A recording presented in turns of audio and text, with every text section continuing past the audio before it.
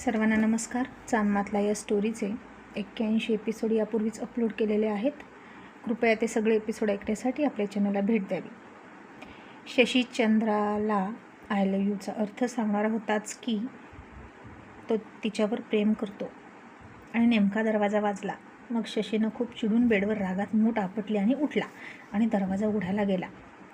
आणि समोर हसत उभा असलेले डॉक्टर त्याला दिसले आणि शशी रागात म्हणाला, काय आहे? आणि डॉक्टर त्यांचा चष्मा आणि त्यांची सूटकेस आणि गळ्यातला थेटोस्कोप सांभाळत म्हणाले, अहो मी डॉक्टर, दिसतंय ना माझ्या कपड्यांवरून, तुमचं ड्रेसिंग करायला आलो आहे. शशी म्हणाला, पण तुम्ही 10 वाजता येणार होता ना, आता 8:30 वाजले आहेत, इतक्या लवकर का आलात? जा पुन्हा या. डॉक्टर म्हणाले, अहो मला गावी जायचं आहे, माझ्या मेहुण्याच्या मुलाची मुंज आहे ना. आणि शशी त्याला रागात म्हणाला, मुंज? मेहुण्याच्या मुलाची आणि तुमच्या, मग मी काय करू? म्हणून तुम्ही दुसरा डिस्टर्ब कराल का? म्हणे मेहुण्याच्या मुलाची मुंज, जणू काही तुमच्याच मुलाची मुंज असल्यासारखी गडबड करताय. आणि मला आता ड्रेसिंग करून घ्यायचं नसेल तर मला 10 वाजता ड्रेसिंग करून घ्यायचं आहे, तुम्ही जा बरं परत. आणि डॉक्टर म्हणाले, अहो असं काय करता, घ्या ना ड्रेसिंग करून, मला जाऊ द्या ना. असं डॉक्टर थोडे बायकांसारखे आग्रह करत म्हणाले आणि शशीजवळ सरकले. आणि शशी म्हणाला, इतकं लढत येऊन बोलू नका, मी तुमचा अहो नाही आणि तुम्ही माझी अगं बायको नाही, मागे व्हा. तसे डॉक्टर मागे सरकले आणि म्हणाले, करू द्या हो मला तुमचं ड्रेसिंग, कारण मला सक्त सूचना आहेत तुमच्या बाबांच्या की रोज ड्रेसिंग करायचंच. आणि शशी म्हणाला, ओके, मग मी ना तुमच्या ड्रेसिंगचे अजिबात पैसे देणार नाही, अजिबात फी देणार नाही तुमची, कारण मला हे ड्रेसिंग माझी इच्छा नसताना होतं आहे. आणि डॉक्टर गप्प बसले आणि मग थोड्या वेळाने म्हणाले, अहो असं कसं? इतक्यात चंद्रा स्वतःच्या भावना आवरून थोडी गालात तिचं हसू लपवत बाहेर आली आणि म्हणाली, काय चाललंय? करू दे की त्यांना काय करायचं ते. तसं डॉक्टर म्हणाले, ड्रेसिंग ड्रेसिंग म्हणतात त्याला. चंद्रा म्हणाली, होय तेच ते, करू दे, असते एखाद्याची गडबड. तू ना नको तिथं नाट लावतो बघ. या डॉक्टर या, मी चहा ठेवते. आता शशीला तर त्या डॉक्टरला लवकर कटवायचा होता आणि चंद्रा त्याचा पाहुणचार काय करत बसली असं वाटून तो वैतागला.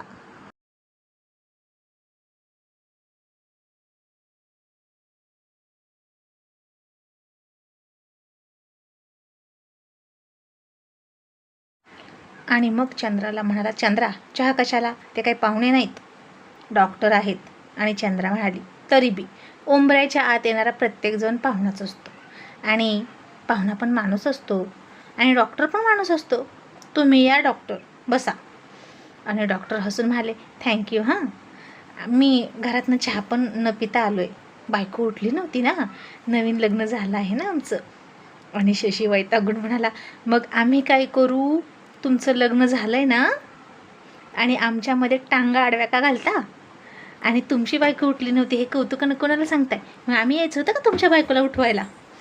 आणि तुम्ही फी घेणार की चहा, काय ते ठरवा, एकतर एकच काहीतरी मिळेल. डॉक्टर पुन्हा डोकं खाजवायला लागले आणि चंद्रानं शशीकडे रागात बघितलं. शशीनं पण तिच्याकडे डबल रागात बघितलं. आणि डॉक्टर म्हणाले, फी घेतो, फी, चहा राहू द्या. आणि आता चंद्रा रागात आतमध्ये गेली. डॉक्टरांनी शशीचं मग ड्रेसिंग केलं आणि बोलता बोलताच म्हणाले, ही जखम आहे तरी कशाची? शशी म्हणाला, तुम्ही डॉक्टर आहात ना, मग कळत नाही का? डॉक्टर म्हणाले, मी नवीन आहे ना, आजाराची लक्षणं बघून सांगू शकतो की काय झालं असेल, पण जखम कशी झाली ते मी कसं सांगू? आणि शशी थंड आवाजात म्हणाला, गोळीची, बंदुकीच्या. आणि शशीचा तो शांत, थंड, दरारा पसरवणारा आवाज ऐकून डॉक्टर घाबरले. आणि म्हणजे हा माणूस गोळ्यांसोबत खेळतो की काय असं त्याला वाटलं.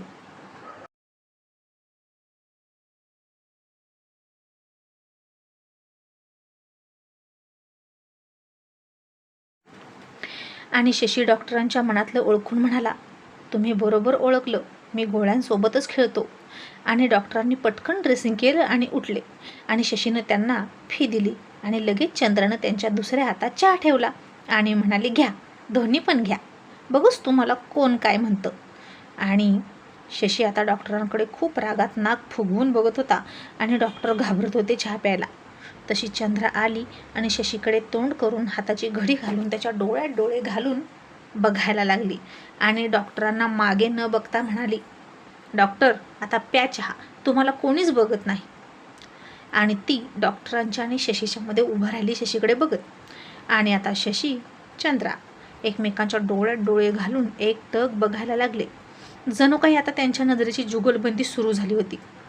आधी कोण पापणी पाडतंय हेच बघायचं होतं की काय त्यांना, आणि दोघेही पापणी पाडत नव्हते. आधी तर रागाने एकमेकांकडे बघणारे डोळे पुन्हा सौम्य झाले. त्या दोघांच्याही नजरेत प्रेम उतरलं आणि दोघांचे डोळे हळूहळू मधाळ झाले. आणि डोळे हसतात असं म्हणतात ना, तसं त्या दोघांचेही डोळे आता एकमेकांच्या डोळ्यात बघून हसत होते. चंद्रा आता गालात हसून त्याच्याकडे बघत होती. शशीसुद्धा एकटक तिच्याकडे गालात बघून हसत होता. आता नजरेला नजर भिडली होती आणि बरंच काही सांगून जात होती. आणि त्याचवेळी शशीनं चंद्राला डोळाच मारला आणि चंद्रानं लाजून नजर खाली घेतली. इतक्यात दरवाजा वाजला.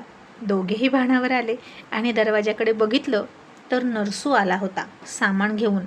आणि डॉक्टर कधी चहा पिऊन पसार झाले हे त्यांनासुद्धा कळलं नाही.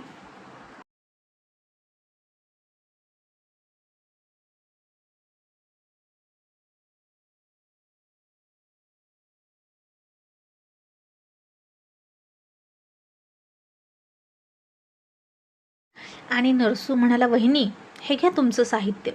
आणि शशी म्हणाला, इकडे ये रे, तू तिला वहिनी का म्हणतोस? आणि आज जोडीदार कुठं आहे? परसो खूप दिवस झालं विचारीन म्हणतोय, तिला वहिनी का म्हणतोस? सगळे मला दादा पण म्हणतात आणि तिला वहिनी, ही काय भानगड आहे? आणि नरसू घाबरत म्हणाला, छोटे शेठ तुम्हाला आवडलं नाही का तर नाही म्हणणार, पण त्यांनीच सांगितलं वहिनी म्हणा म्हणून. तुमचं लग्न होणार आहे ना? आणि शशी गालात हसला आणि म्हणाला, म्हणून तिला वहिनी म्हणता का? अच्छा, मग वहिनीच म्हणायचं आणि थोडंसं दूर राहायचं. आणि ऐक, न्यूजपेपर घेऊन ये असं म्हणून त्याला काही पैसे दिले. परसू पळतच गेला, लगेच पेपर घेऊन आला. आता खूप दिवसातून म्हणजे चंद्रा भेटल्यापासून पहिल्यांदा तो पेपर वाचत होता. पण आवड असूनही वेळ मिळत नव्हता ना, आणि आता त्याच्याकडे वेळच वेळ होता. आणि शशीनं पेपर वाचला आणि शॉक झाला. सल्याच्या अड्ड्यावर पोलिसांनी धाड टाकली. सल्या गँगच्या काही गुंडांना पोलिसांनी पकडलं आणि दोघांचाही एन्काउंटर झाला. सल्या मात्र सही सलामत सुटला अशी बातमी शशीला दिसली.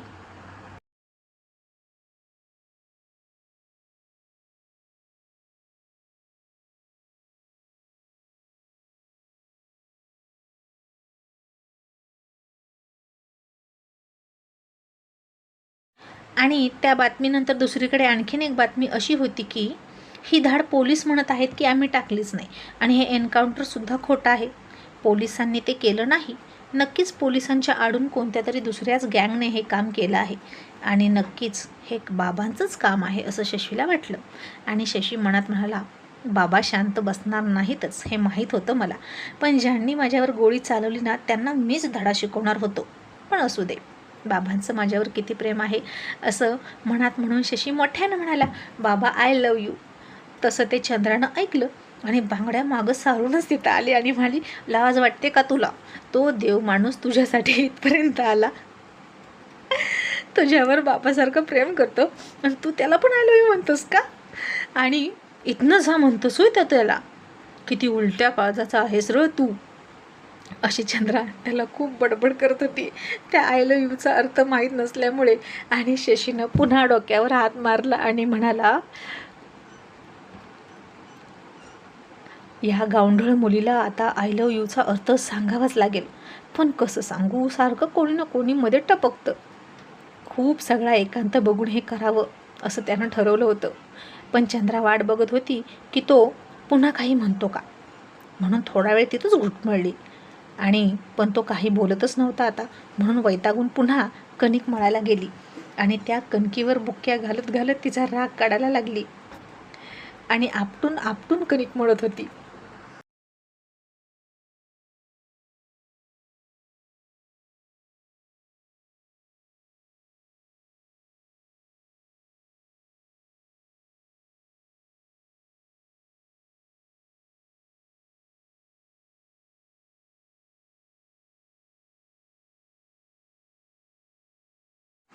बाहेरच्या खोलीतून ते सगळं शशीनं ऐकलं आणि म्हणाला, आज बहुतेक खूप छान चपात्या होणार आहेत. आणि तिचा राग त्याला कळत होता. पण एकदा डिस्टर्ब झालं की शशीचा मूड गेला आणि कुठंतरी एकांत स्थळी जाऊन तिला हे सगळं बोलावं, जिथं कोणीच डिस्टर्ब करणार नाही असं त्याला वाटलं. आणि इकडं चंदनपूरमध्ये दौलत आणि सुमनचं लग्न होऊन 8 दिवस झाले होते.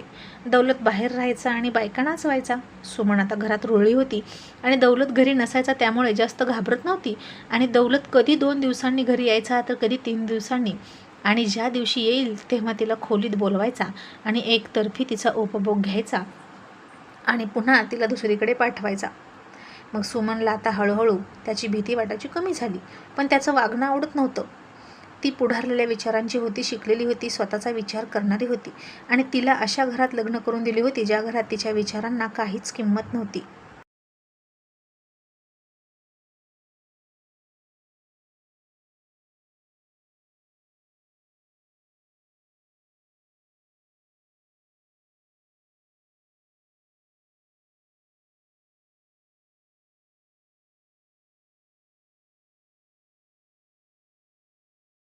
आणि आज दौलत घरी आला.